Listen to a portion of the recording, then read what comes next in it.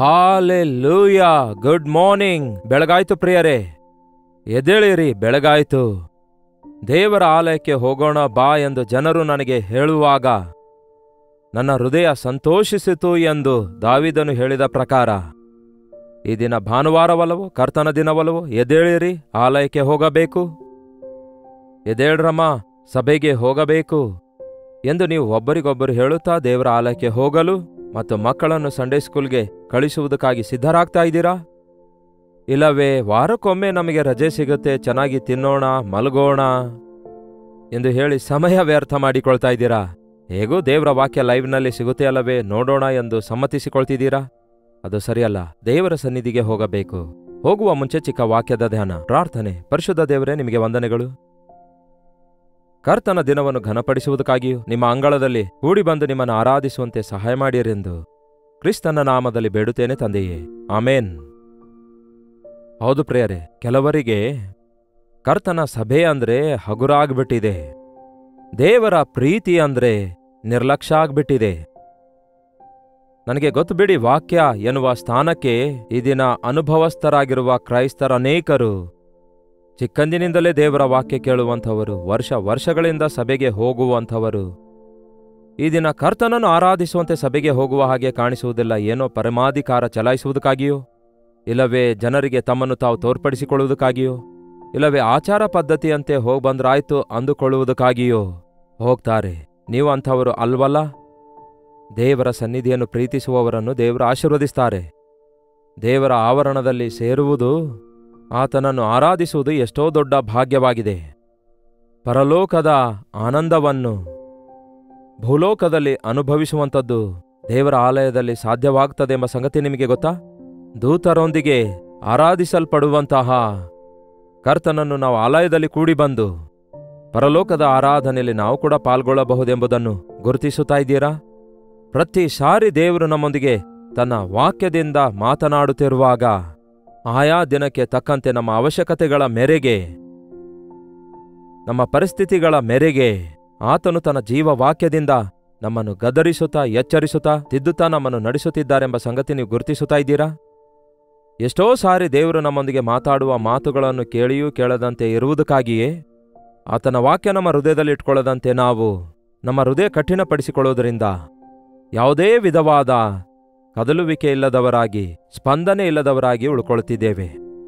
ಆ ಕಾಲದಲ್ಲಿ ಇಸ್ರಾಯೇಲರ ಪರಿಸ್ಥಿತಿ ಕೂಡ ಹಾಗೆಯೇ ಇತ್ತು. ಬೇಕಾದರೆ ನೋಡಿ, ಇಬ್ರಿಯರಿಗೆ ಬರೆದ ಪತ್ರಿಕೆ 3ನೇ ಅಧ್ಯಾಯ 12ನೇ ವಚನ ಓದುತ್ತೇನೆ ಕೇಳಿ.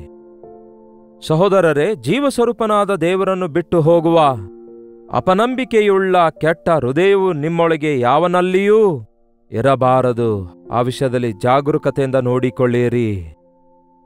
ಸಹೋದರರೇ, ವಿಶ್ವಾಸಿಗಳೇ, ದೇವರ ಮಕ್ಕಳೇ, ಜೀವಸ್ವರೂಪನಾದ ದೇವರನ್ನು ಬಿಟ್ಟು ಹೋಗುವಂತೆ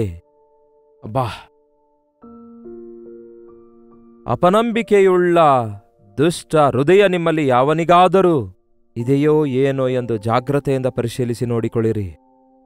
ನೋಡಿರಿ, ಜೀವಸ್ವರೂಪನಾದ ದೇವರ ಆಲಯಕ್ಕೆ ನಾವು ಹೋಗ್ತಿದ್ದೇವೆ, ಜೀವಸ್ವರೂಪನಾದ ದೇವರ ಮಾತು ಕೇಳ್ತಿದ್ದೇವೆ, ಸಜೀವವುಳ್ಳ ಕ್ರಿಸ್ತನನ್ನು ಆರಾಧಿಸ್ತಿದ್ದೇವೆ ಎಂಬುದಾಗಿ ಎಷ್ಟು ಜನರಿಗೆ ನಿಜವಾಗ್ಲೂ ನೆನಪಿದೆ? ಎಷ್ಟು ಜನ ಭಯದಿಂದ, ನಡುಗುತ್ತಾ, ಕೃತಜ್ಞತೆಯಿಂದ, ಸ್ತುತಿಯಿಂದ ಕರ್ತನನ್ನು ಆರಾಧಿಸ್ತಿದ್ದೇವೆ?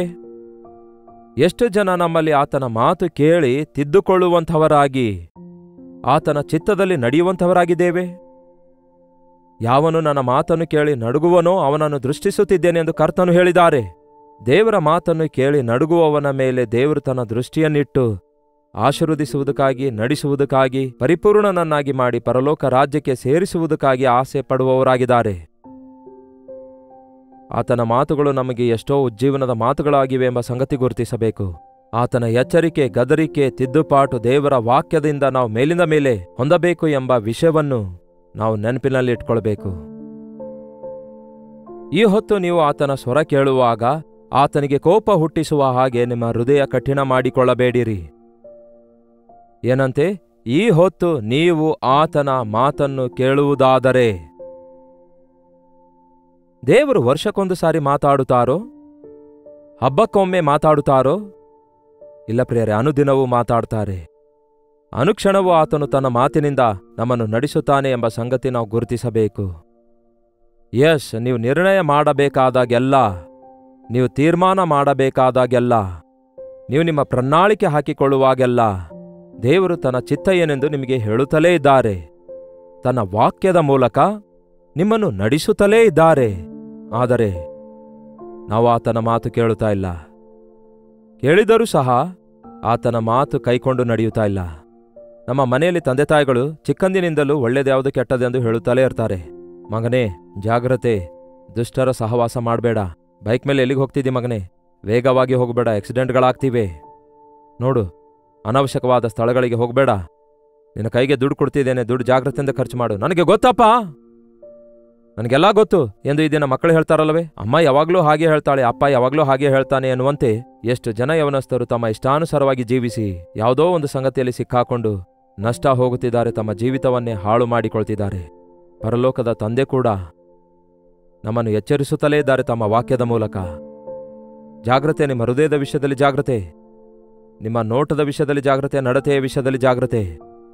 ನನ್ನ ಮಾತು ಕೇಳಿರಿ, ನನ್ನ ಚಿತ್ತದಲ್ಲಿ ನಡೆಯಿರಿ, ನನ್ನ ಕವಚದಲ್ಲಿ ಇರಿ ಹೇಳಿದ್ರೂ ವಿಧೇಯರಾಗ್ತಾ ಇಲ್ಲ, ಕಿವಿಗೊಟ್ಟು ಕೇಳುತ್ತಾ ಇಲ್ಲ. ದೇವರಿಗಿಂತಲೂ ನಾನೇ ದೊಡ್ಡ ಬುದ್ಧಿವಂತ ಅಂದುಕೊಳ್ಳುವವರು ಈ ದಿನ ಹೆಚ್ಚಾಗಿದ್ದಾರಲ್ಲವೇ? ಬಹಳಷ್ಟು ಜನ ನನಗೆ ದೇವರ ವಾಕ್ಯ ಗೊತ್ತುಂಟು ಎಂದು ಹೇಳುವಂಥವರೇ ಈ ದಿನ ದೇವರ ವಾಕ್ಯವನ್ನು ಅಕ್ಷರಶಃವಾಗಿ ತೆಗೆದುಕೊಳ್ತಿದ್ದಾರೆ ಹೊರತು ಅದು ಜೀವವುಳ್ಳ ದೇವರ ಮಾತಾಗಿದೆ ಎಂದು ಭಾವಿಸಿ ಅನುಸರಿಸುತ್ತಿಲ್ಲ. ನೀವು ಕೂಡ ಹಾಗಿದ್ದೀರಾ? ಸಭೆಗೆ ಹೋಗುವಾಗ, ದೇವರ ವಾಕ್ಯ ಕೇಳ್ತಿರುವಾಗ ದೇವರು ನನ್ನೊಂದಿಗೆ ಮಾತಾಡ್ತಿದ್ದಾರೆ ಎಂಬ ಧ್ಯಾಸವಿಲ್ಲದೆ, ಈ ಪಾಸ್ಟರ್ ಹೀಗೆ ಹೇಳಿದ್ರು, ಆ ಪಾಸ್ಟರ್ ಹಾಗೆ ಹೇಳಿದ್ರು, ಇದು ಹೇಗೆ ನಡೆಯುತ್ತೆ, ಅದು ಹೇಗೆ ನಡೆಯುತ್ತೆ ಎನ್ನುವಂತೆ ಹೃದಯವನ್ನು ಕಠಿಣಪಡಿಸಿಕೊಳ್ತಾ ಇದ್ದೀರಾ? ಈ ಹೊತ್ತು ನೀವು ಆತನ ಸ್ವರವನ್ನು ಕೇಳುವಾಗ ಆತನಿಗೆ ಕೋಪ ಹುಟ್ಟಿಸುವ ಹಾಗೆ ನಿಮ್ಮ ಹೃದಯವನ್ನು ಕಠಿಣಪಡಿಸಿಕೊಳ್ಳಬೇಡಿರಿ ಎಂದು ಆತನು ಹೇಳಿರುವುದರಿಂದ ಪಾಪದಿಂದುಂಟಾಗುವ ಭ್ರಮೆಯಿಂದ ನಿಮ್ಮಲ್ಲಿ ಯಾವನೂ ತನ್ನ ಹೃದಯ ಕಠಿಣ ಮಾಡಿಕೊಳ್ಳಲಾರದಂತೆ ಈ ಹೊತ್ತೇ ಇನ್ನೂ ಸಮಯವಿರುವಾಗಲೇ ಪ್ರತಿನಿತ್ಯವೂ ಒಬ್ಬರನ್ನೊಬ್ಬರು ಎಚ್ಚರಿಸಿರಿ. ಯಾಕೆ ನಾವು ದೇವರ ಮಾತನ್ನು ಕೇಳುವುದಿಲ್ಲ, ಯಾಕೆ ಕೈಕೊಂಡು ನಡೆಯುವುದಿಲ್ಲ ಗೊತ್ತಾ? ಪಾಪದಿಂದುಂಟಾಗುವ ಭ್ರಮೆಯ ನಿಮಿತ್ತ. ಲೋಕದ ಮನುಷ್ಯರ ಮಾತು ಸಿಹಿಯಾಗಿರ್ತವೆ, ಅಡ್ವರ್ಟೈಸ್ಮೆಂಟ್ಗಳು ಬಹಳ ಆಕರ್ಷಣೆಯುಳ್ಳದಾಗಿರ್ತವೆ. ದೇವರ ಮಾತುಗಳು ಏನೋ ಹಳೆ ಮಾತಿನಂತೆ ಇರ್ತವೆ, ಏನೋ ಹಳೆ ಕಾಲದ ಮಾತನ್ನುವಂತೆ ಬಿಡುತ್ತಾರೆ.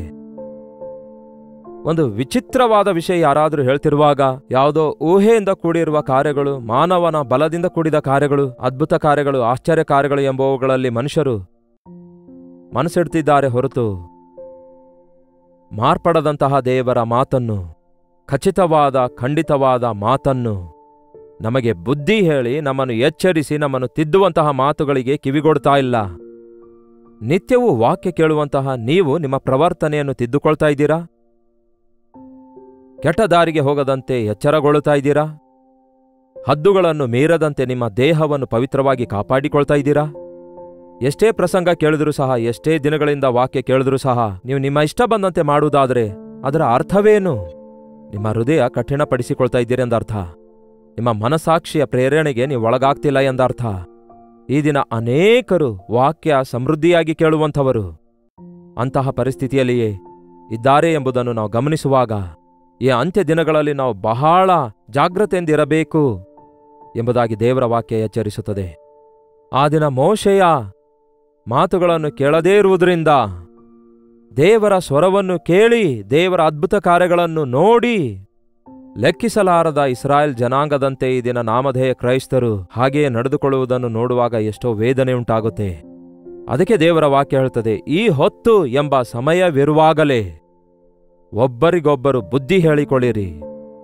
ಈ ಹೊತ್ತು ಎಂಬ ಸಮಯವಿರುವಾಗಲೇ ಒಬ್ಬರನ್ನೊಬ್ಬರು ಎಚ್ಚರಿಸಿಕೊಳ್ಳಿರಿ. ದೇವರ ಆಲಯಕ್ಕೆ ಹೋಗೋದು ಒಬ್ಬರನ್ನೊಬ್ಬರು ಹೊಗಳುವುದಕ್ಕಾಗಿ ಅಲ್ಲ, ಒಬ್ಬರನ್ನೊಬ್ಬರು ತಿದ್ದುಕೊಳ್ಳುವುದಕ್ಕಾಗಿ, ಒಬ್ಬರನ್ನೊಬ್ಬರು ನೋಡಿ ದೇವರ ಕಾರ್ಯಗಳಲ್ಲಿ ಪ್ರೋತ್ಸಾಹಿಸುವುದಕ್ಕಾಗಿ ಹೋಗಬೇಕು, ಮೇಲುಗಳನ್ನು ಹೊಂದಲು ಹೋಗಬೇಕು.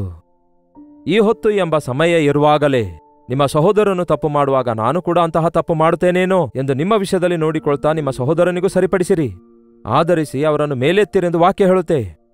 ಈ ದಿನ ಸಭೆಗೆ ಹೋಗುವಂಥವರು ಒಬ್ಬರನ್ನೊಬ್ಬರು ಕುಗ್ಗಿಸಿ ಬಿಡ್ತಿದ್ದಾರೆ.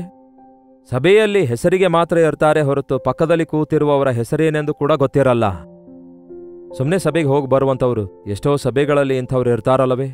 ಸಹವಾಸ ಮಾಡಬೇಕು, ದೇವರ ಮಕ್ಕಳೊಂದಿಗೆ ಸೇರಿ ದೇವರನ್ನು ಆರಾಧಿಸುವುದಕ್ಕಾಗಿ ದೇವರ ಸನ್ನಿಧಿಗೆ ಹೋಗ್ತಿದ್ದೇವೆ. ಈ ವಿಷಯವನ್ನು ಗುರುತಿಸಿರಿ. ಆಚಾರದಂತೆ ಸಭೆಗೆ ಹೋಗಿ ಬರುವುದರಿಂದ ಯಾವ ಪ್ರಯೋಜನವಿಲ್ಲ.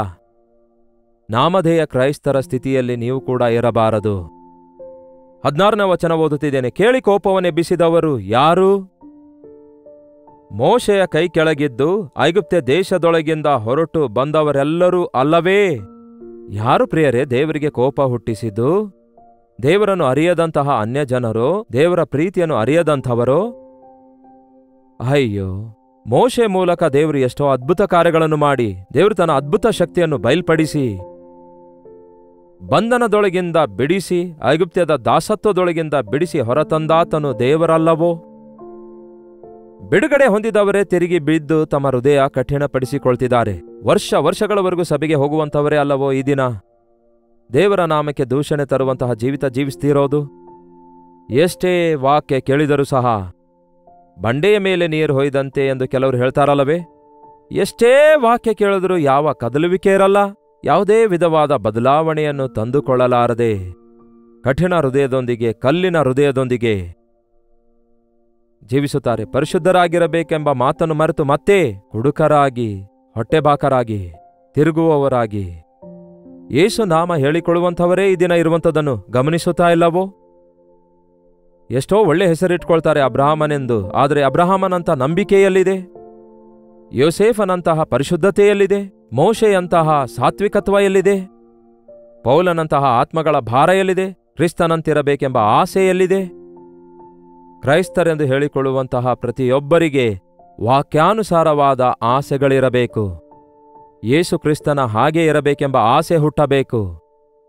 ಯಾವುದೇ ಕಾಲ ಸಮಯದಲ್ಲಿ, ಈ ಕರ್ತನ ದಿನದಲ್ಲಿ ದೇವರ ಸನ್ನಿಧಿಯಲ್ಲಿ ನಿಮ್ಮ ಸ್ಥಿತಿ ಯಾವ ರೀತಿಯಾಗಿದೆ? ನೀವು ಎಂಥವರಾಗಿದ್ದೀರಿ? ದೇವರಿಗೆ ಎಷ್ಟು ವಿಧೇಯರಾಗಿ ಆತನ ವಾಕ್ಯಾನುಸಾರವಾಗಿ ಹೇಗೆ ಜೀವಿಸುತ್ತಾ ಇದ್ದೀರೆಂದು ಪರಿಶೀಲಿಸಿಕೊಳ್ಳಬೇಕು. ಕೇಳಿ ಕೋಪವನ್ನೆಬ್ಬಿಸಿದವರು ಯಾರು? ಐಗುಪ್ತ ದೇಶದಿಂದ ಹೊರಟು ಬಂದವರೇ ಅಲ್ಲವೋ? ಆತನು ಯಾರ ಮೇಲೆ ಬಹಳವಾಗಿ ಕೋಪಗೊಂಡನು? ಪಾಪ ಮಾಡಿದವರ ಮೇಲೆಯೇ ಅಲ್ಲವೋ? ದೇವರು ನನ್ನ ಮೇಲೆ ಕೋಪಗೊಂಡಿದ್ದಾರೆ ಎಂದು ಹೇಳ್ತೇವೆ ಹೊರತು ನಾನು ಪಾಪ ಮಾಡಿ ದೇವರಿಗೆ ಕೋಪ ಹುಟ್ಟಿಸಿದ್ದೇನೆ ಎನ್ನುವಂತಹ ಪಶ್ಚಾತ್ತಾಪ ಮಾತ್ರ ಯಾರಿಗೂ ಇಲ್ವಲ್ಲ. ಮಾಡಬೇಕಾದ ಪಾಪವನ್ನೆಲ್ಲ ಮಾಡಿ ದೇವರೇ ನನಗೆ ಶಿಕ್ಷೆ ಕಳಿಸಿದ್ದಾರೆ ಎಂದು ಹೇಳ್ತಾರೆ ಹೊರತು ದೇವರೇ ನನ್ನನ್ನು ಕ್ಷಮಿಸಿರಿ, ನನ್ನ ಪಾಪದ ನಿಮಿತ್ತ ಈ ವೇದನೆಯಲ್ಲಿದ್ದೇನೆ ಎಂದು ಪಶ್ಚಾತ್ತಾಪ ಪಡೋದಿಲ್ವಲ್ಲ. ದಯವಿಟ್ಟು ನಿಮ್ಮ ಮನಸ್ಸು ಮಾರ್ಪಡಿಸಿಕೊಳ್ಳಿ. ದೇವರನ್ನು ನಿಂದಿಸಬೇಡಿರಿ, ಆತನು ಮೇಲೆ ಹೊರತು ಕೇಡು ಮಾಡೋದಿಲ್ಲ. ನೀವು ಕ್ರಿಸ್ತನ ನಾಮ ಧರಿಸಿದ ನಂತರ ಆಶೀರ್ವದಿಸಲ್ಪಡದೇ ಇರುವುದಾದರೆ ನೀವು ಆತನ ಮಾತಿನ ಪ್ರಕಾರ ನಡೆಯುತ್ತಾ ಇಲ್ಲವೇನೋ? ನೀವು ಯೇಸುವಿಗೆ ಮಗುವಾಗಿ ಆತನ ಸಭೆಗೆ ಹೋಗ್ತಾ ಇದ್ದಾಗಿಯೂ ನಿಮ್ಮ ಬಾಧೆಗಳು, ಶ್ರಮೆಗಳು ತೀರುತ್ತಾ ಇಲ್ಲ ಎನ್ನುವುದಾದರೆ ಅದು ದೇವರು ಕಳಿಸಿದ್ದಲ್ಲ. ನಿಮ್ಮ ಅವಿಧೇಯತೆಯಿಂದ, ನಿಮ್ಮ ಅಜ್ಞಾನದಿಂದ, ಅಪನಂಬಿಕೆಯಿಂದ ನೀವೇ ತಂದುಕೊಂಡಿದ್ದೀರೆಂದು ಗುರುತಿಸಬೇಕಾಗಿದೆ. ಕರ್ತನ ದಿನದಲ್ಲಿ ಕರ್ತನ ಸನ್ನಿಧಿಗೆ ಹೋಗುವಾಗ ಈ ರೀತಿಯಾಗಿ ನಮ್ಮನ್ನು ನಾವು ಪರಿಶೋಧಿಸಿಕೊಳ್ಳಬೇಕು. ಹಾಗೆ ಪರಿಶೋಧಿಸಿಕೊಂಡು ನಾವು ಪಶ್ಚಾತ್ತಾಪ ಪಡಬೇಕು. ನಮ್ಮನ್ನು ಪರೀಕ್ಷಿಸಿಕೊಳ್ಳುವುದಕ್ಕಾಗಿ ದೇವರ ಸಭೆಗೆ ಹೋಗಬೇಕು. ಹೇಗೆ ಹೋಗ್ತೇವೋ ಹಾಗೆ ತಿರುಗಿ ಬರೋದು. ಎಷ್ಟೇ ಪ್ರಸಂಗಗಳನ್ನು ಕೇಳಿದ್ರು, ಎಷ್ಟೇ ಸಂದೇಶಗಳನ್ನು ಕೇಳಿದ್ರು, ಎಷ್ಟೇ ಒಳ್ಳೆ ಹಾಡುಗಳನ್ನು ಹಾಡಿದ್ರು, ಅವುಗಳ ಭಾವವನ್ನು, ಅವುಗಳ ಅರ್ಥವನ್ನು ಹೃದಯಕ್ಕೆ ಅನ್ವಯಿಸಿಕೊಳ್ಳಲಾರದ ಭಕ್ತಿ ಕ್ರೈಸ್ತಿಯ ಭಕ್ತಿಯೇ ಅಲ್ಲ. ಯೇಸು ಕ್ರಿಸ್ತನು ನಮಗೆ ಕಲಿಸಿರೋದು ಜೀವಿಸುವಂತಹ ವಿಧಾನ, ದ ಲೈಫ್ ಸ್ಟೈಲ್. ನಮ್ಮ ಜೀವಿತ ವಿಧಾನ ಮಾರ್ಪಡಬೇಕು. ನಮ್ಮ ಮಾತುಗಳು, ನಮ್ಮ ಯೋಚನೆಗಳು, ನಮ್ಮ ಆಲೋಚನೆಗಳು, ನಮ್ಮ ಕ್ರಿಯೆಗಳು, ನಮ್ಮ ಒಂದು ಆಟಿಟ್ಯೂಡ್ ಮಾರ್ಪಡಬೇಕು. ನಮ್ಮ ಪ್ರತಿಸ್ಪಂದನೆಗಳು ಮಾರ್ಪಡಬೇಕು. ಅವಾಗಲೇ ಇತರರು ನಿಮ್ಮಲ್ಲಿ ಕ್ರಿಸ್ತನನ್ನು ನೋಡ್ತಾರೆ. ಅದೇ ಕ್ರಿಸ್ತನು ನಮಗೆ ಕೊಟ್ಟಿರುವ ಸಂದೇಶದ ಸಾರಾಂಶ ಆಗಿದೆ. ಎಲ್ಲರೂ ಶತ್ರುಗಳನ್ನು ದ್ವೇಷಿಸ್ತಾರೆ, ಆದರೆ ನೀವು ಶತ್ರುಗಳನ್ನು ಪ್ರೀತಿಸಿರಿ. ಎಲ್ಲವೂ ಇದ್ದವರನ್ನು ಹೊಗಳುತ್ತಾರೆ. ಐಶ್ವರ್ಯವಂತರನ್ನು ಹೊಗಳಿ ಧನವಂತರಿಂದ ಏನಾದರೂ ಹೊಂದಬೇಕೆಂದು ಆಶಿಸುತ್ತಾರೆ. ಆದರೆ ನೀವು ಬಡವರ ಬಳಿಗೆ ಹೋಗಿರಿ. ಇತರರು ನಗುವವರೊಂದಿಗಿರಲು ಇಷ್ಟಪಡ್ತಾರೆ, ಆದರೆ ನೀವು ಅಳುವವರ ಬಳಿಗೆ ಹೋಗಿರಿ. ಅಳುವಂಥವರನ್ನು ನೋಡಿ ಗೇಲಿ ಮಾಡ್ತಾರೆ, ಆದರೆ ನೀವು ಅಳುವಂಥವರೊಂದಿಗೆ ಅಳೆಯಿರಿ. ಇದು ಪ್ರಿಯರೇ ಯೇಸು ಕಲಿಸಿರೋದು. ಎಲ್ಲರೂ ಹೋಗುವ ಮಾರ್ಗದಲ್ಲಿ ಹೋಗದಂತೆ ಯೇಸುವಿನ ಮಾರ್ಗದಲ್ಲಿ ನಾವು ನಡೆಯಬೇಕೆಂದು ಪ್ರತಿ ಸಾರಿ ಆತನು ನಮ್ಮೊಂದಿಗೆ ಮಾತಾಡುತ್ತಿರುವಾಗ ನಾವು ನಮ್ಮ ಜೀವಿತ, ನಮ್ಮ ನಡತೆಯನ್ನು ಸರಿಪಡಿಸಿಕೊಂಡು ಆತನಿಗೆ ಸಾಕ್ಷಿಗಳಾಗಿ ಬದುಕಬೇಕೆಂದು ಭಾನುವಾರ ಪ್ರತ್ಯೇಕವಾಗಿ ಕರ್ತನ ಸನ್ನಿಧಿಯಲ್ಲಿ ವಿಶ್ವಾಸಿಗಳೆಲ್ಲರೂ ಸೇರಿ ಆತನಿಂದ ಪಾಠಗಳನ್ನು ಕಲಿತುಕೊಳ್ಳುವುದಕ್ಕಾಗಿ, ಆತನ ಮನಸ್ಸನ್ನು ಅರಿತುಕೊಳ್ಳುವುದಕ್ಕಾಗಿ, ಆತನನ್ನು ಮಹಿಮೆಪಡಿಸಿ ಆರಾಧಿಸುವುದಕ್ಕಾಗಿ ದೇವರು ನಮಗೆ ಕರ್ತನ ದಿನವನ್ನು ಕೊಟ್ಟಿದ್ದಾರೆ. ಸಭೆಗೆ ಹೋಗಿರಿ, ದೇವರನ್ನು ಆರಾಧಿಸಿರಿ, ವೈಯಕ್ತಿಕವಾಗಿ ದೇವರ ಸ್ವರವನ್ನು ಕೇಳಿಸಿಕೊಳ್ಳಿರಿ, ಆತನ ಮೃದುವಾದ ಸ್ವರಕ್ಕೆ ವಿಧಿಯರಾಗಿರಿ. ಪ್ರಾರ್ಥನೆ. ಪರಿಶುದ್ಧ ದೇವರೇ, ಪ್ರೀತಿಯುಳ್ಳ ತಂದೆಯೇ, ವರ್ಷಗಳಿಂದ ನಿಮ್ಮ ವಾಕ್ಯ ಕೇಳುತ್ತಾ ಧ್ಯಾನಿಸುತ್ತಾ ಸಭೆಗೆ ಹೋಗಿ ಬರುತ್ತಾ ಯಾವುದೇ ರೀತಿಯಾಗಿ ಮಾರ್ಪಡದೇ ಇರುವಂತಹ ಕ್ರೈಸ್ತರನ್ನು ಈ ದಿನ ನೀವು ನೋಡಿರಿ ದೇವರೇ. ಅಂಥವ್ರೇನಾದರೂ ನಮ್ಮ ಮನೆಯಲ್ಲಿರುವುದಾದ್ರೆ, ಇಲ್ಲವೇ ನಾವೇ ಆ ಸ್ಥಿತಿಯಲ್ಲಿರೋದಾದ್ರೆ, ಈ ಸಮಯದಲ್ಲಿ ನಿಮ್ಮ ಪರಿಶುದ್ಧಾತ್ಮನನ್ನು ನಮ್ಮ ಮೇಲೆ ಸುರಿಯಮಾಡಿ ಈ ಲೋಕಕ್ಕೆ ಕ್ರಿಸ್ತನೇ ರಕ್ಷಕನೆಂದು ಬಯಲ್ಪಡಿಸುವ ಹಾಗೆ ನಮ್ಮ ಜೀವಿತದಲ್ಲಿ ನಿಮ್ಮ ಮುಖದ ಕಾಂತಿಯನ್ನು ಇತರರು ನೋಡುವ ಹಾಗೆ, ನಮ್ಮ ನಡತೆಯಲ್ಲಿ ಇತರರು ಮಾರ್ಪಡುವಿಕೆ ನೋಡುವ ಹಾಗೆ, ನಿಮ್ಮ ಮಾತು ಕೇಳಿ ನಡುಗುವವರಾಗಿರುವಂತೆ, ನಿಮ್ಮ ಚಿತ್ತಾನುಸಾರವಾಗಿ ಬದುಕುವಂತೆ ನಮ್ಮ ಪ್ರತಿಯೊಬ್ಬರಿಗೂ ಸಹಾಯ ಮಾಡಿರೆಂದು ಕ್ರಿಸ್ತನ ನಾಮದಲ್ಲಿ ಬೇಡುತ್ತೇನೆ ತಂದೆಯೇ, ಆಮೇನ್. ತಂದೆಯಾದ ದೇವರ ಪ್ರೀತಿಯು, ಮಗನಾಗಿರುವ ಕ್ರಿಸ್ತನ ಕೃಪೆಯೂ, ಆದರಣೆ ಕರ್ತನಾದ ಪವಿತ್ರಾತ್ಮನ ಸಹವಾಸವು ಈ ಅನುದಿನದ ಧ್ಯಾನದಲ್ಲಿ ಐಕ್ಯವಾಗಿರುವ ನಮ್ಮೆಲ್ಲರ ಸಂಗಡ ಸದಾಕಾಲಕ್ಕೂ ನೆಲೆಯಾಗಿರಲಿ. ಆಮೇನ್. ದೇವರಿಗೆ ಸ್ತೋತ್ರ. ನಿಮ್ಮ ಸಭೆಗಳಿಗೆ ಹೋಗಿ ದೇವರನ್ನು ಆರಾಧಿಸಿರಿ. ನಿಮ್ಮ ಪ್ರಾರ್ಥನಾ ಮನವಿಗಳನ್ನು 8939731313 ನಂಬರ್ಗೆ ಒಂದು ಟೆಕ್ಸ್ಟ್ ಇಲ್ಲವೇ ವಾಯ್ಸ್ ಮೆಸೇಜ್ ಮೂಲಕ ವಾಟ್ಸಪ್ ಕಳಿಸಿಕೊಡಿರಿ. ನಿಮಗೋಸ್ಕರ ಪ್ರಾರ್ಥಿಸ್ತಿದ್ದೇವೆ. ನೀವು ಹೊರದೇಶದಿಂದ ವೀಕ್ಷಿಸುವುದಾದರೆ ಇದೇ ನಂಬರ್ಗೆ ನಿಮ್ಮ ಪ್ರಾರ್ಥನಾ ಮನವಿಗಳನ್ನು ಕಳಿಸಿರಿ. ಇದುವರೆಗೂ ಡಾಕ್ಟರ್ ಜಯಪಾಲ್ ಕನ್ನಡ ಯೂಟ್ಯೂಬ್ ಚಾನಲ್ಗೆ ಸಬ್ಸ್ಕ್ರೈಬ್ ಮಾಡಿಕೊಳ್ಳದಿದ್ದರೆ ಹಿಂದೆ ಸಬ್ಸ್ಕ್ರೈಬ್ ಮಾಡಿಕೊಳ್ಳಿ. ಕರ್ತನ ಪ್ರೀತಿ ಕೃಪೆ ಅನೇಕರು ತಿಳಿದುಕೊಳ್ಳುವಂತೆ ಇತರರಿಗೂ ಕೂಡ ಶೇರ್ ಮಾಡಿರಿ. ಕರ್ತನ ಚಿತ್ತವಿರುವುದಾದರೆ ಮತ್ತೆ ನಾಳೆ ಇದೇ ಅನುದಿನದ ಧ್ಯಾನದಲ್ಲಿ ಭೇಟಿಯಾಗೋಣ. ಅಲ್ಲಿಯವರೆಗೂ ದೇವರ ಮಹಾಕೃಪೆ ನಿಮ್ಮೆಲ್ಲರೊಂದಿಗಿರಲಿ.